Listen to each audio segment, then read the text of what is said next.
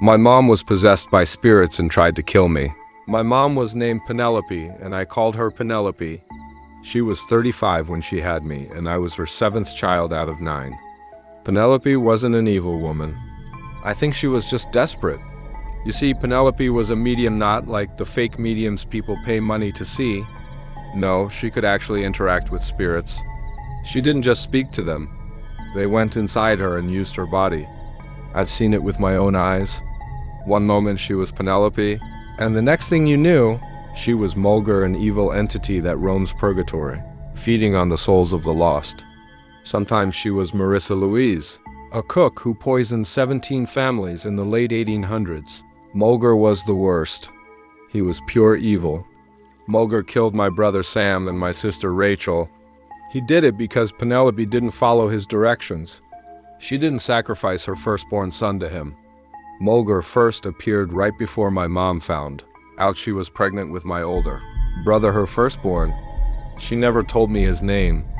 Mulgar demanded the firstborn son, and Penelope refused at first until Mulgar possessed her one night and made her burn down the house. They spent 3 days sleeping outside in the cold before Penelope was able to get another house. The baby died from the resulting pneumonia.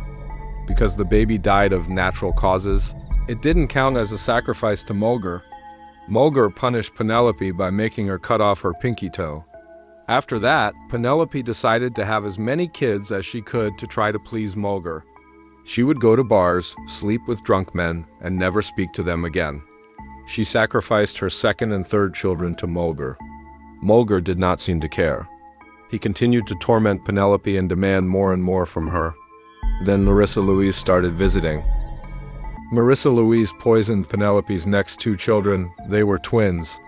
One died, and the other became catatonic.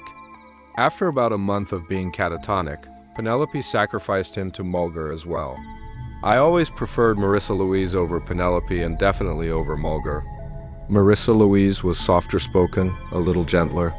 Penelope would hit us in the head with a wooden spoon when we disobeyed her. Marissa Louise would smack us with an open hand. Mulgar would kill or maim us. On top of murdering 2 of my siblings, Mulgar also paralyzed one of my sisters for eating without thanking him, and he cut the hands off one of my brothers for lying about how many pieces of chocolate he ate without permission. One night after Mulgar broke my little brother's leg, I woke up and heard Penelope crying. I approached her cautiously. "Are you okay, Penelope?" I asked. "I'm not Penelope," she responded. "Who are you?" "I don't know. It's been so long since I've been in control that I forgot my name. I don't think I'll be in control for very long. I'm sorry for everything I've done and everything I will do." Then she stood and hugged me. I don't know why she did it, but she held on to me for a long time. "Take care of yourself, my sweet boy." Then she released me. I took a step back, and by the time I looked back up at her face, Penelope was back. "I ought to beat you for touching me," she said. I apologized over and over. She beat me anyway, but the tear streaks from the other woman's emotions were still visible on her cheeks. That made the punches and slaps hurt just a little less. One night, I was caught lying to protect my sister from Penelope, and she brought me into the garage by myself and beat me badly worse than ever before.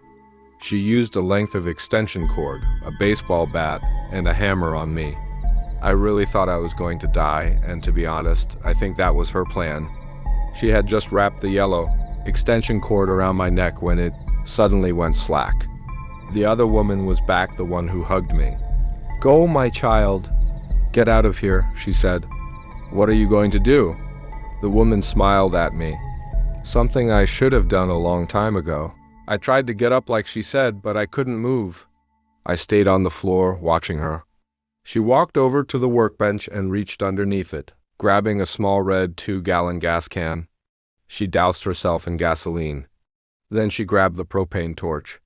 She walked out the side door and disappeared from sight. I might not have seen her go up in flames, but I heard it, the whoosh of the fire and her screaming. I'll never forget those 2 sounds for as long as I live. After a week in the hospital recovering from the injuries Penelope gave me, I was released to a foster family, the Joneses. I've been living with them for about a year now, and they've been talking about adopting me. They're good people. I just miss my siblings.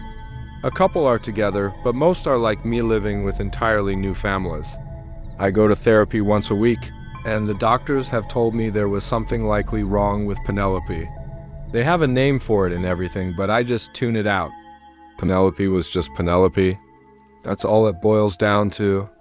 Penelope had spirits living inside her, and those spirits killed several of my siblings and even Penelope herself.